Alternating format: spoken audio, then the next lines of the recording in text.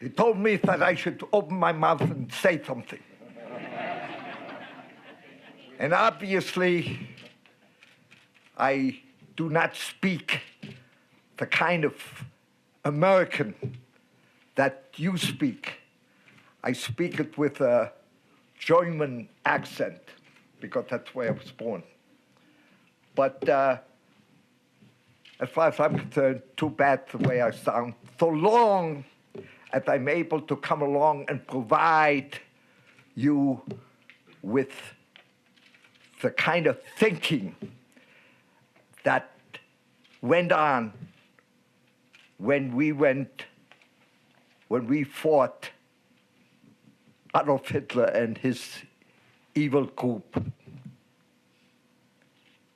Because unlike in the past, when countries came along and conquered other people and other cultures and took their spoils with them, this country and its allies adopted a different policy. Find it and return it to their rightful owner. First time in the history of civilization, and regrettably, the only time. And we, the Monuments, Fine Arts and Archives section of the United States Army, were given the task to implement that particular policy. And they are in spirit still with us. I happen to be the youngest one of the particular group.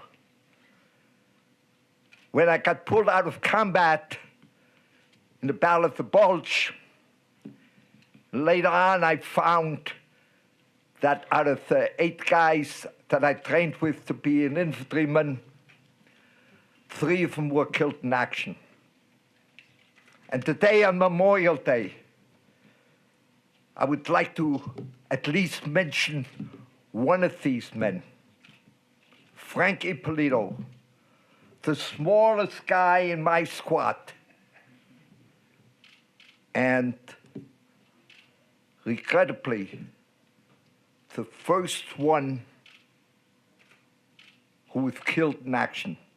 The first one who gave his life to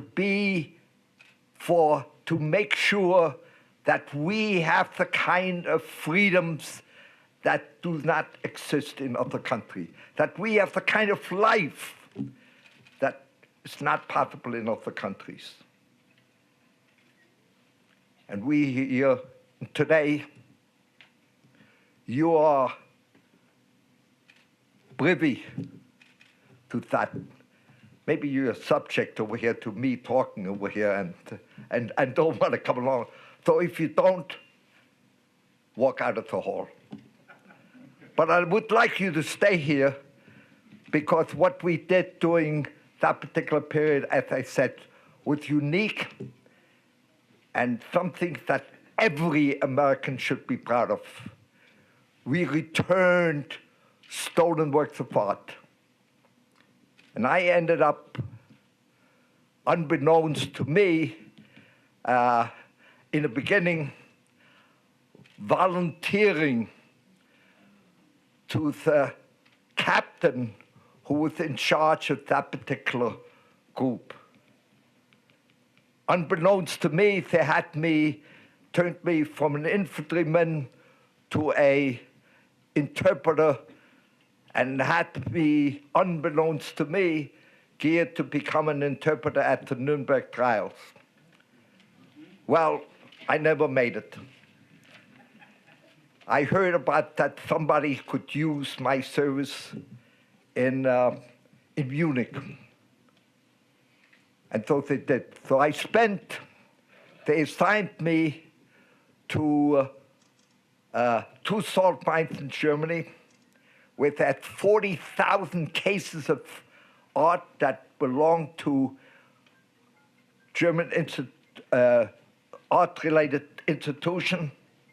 And for the next 10 months, I saw to it, in conjunction with help from the miners and orders for my lieutenant, because I was a buck private, stayed that way over here for 18 months in the United States Army until they finally said, okay, you can put sergeant stripes on.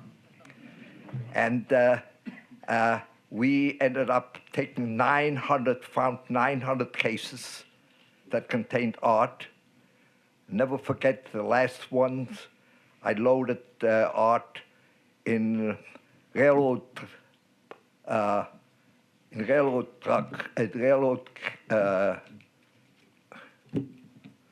whatever. You know, I got news for you over here. I'm at that particular age where this thing isn't working 100%. It's getting to be an F, you know, on it over here. But while it does over here, I figured I'd talk. And we ended up 900 cases of art. We returned it to mostly to France, including the stained glass window from the Cathedral of Strasbourg. And after I finished my 15 months, I ended up being discharged. And as you heard over here, I've got married, got 3 kids, got 4 grandchildren, and came here. I would like to point out over here the story that I heard at the last minute, that on one of the last days that I was in Germany, with the knowledge that in the mine we found fireworks to celebrate Adolf Hitler's victory, which never happened, I saw to it that we had fireworks on the 4th of July, 1946, in Heilbronn, Germany.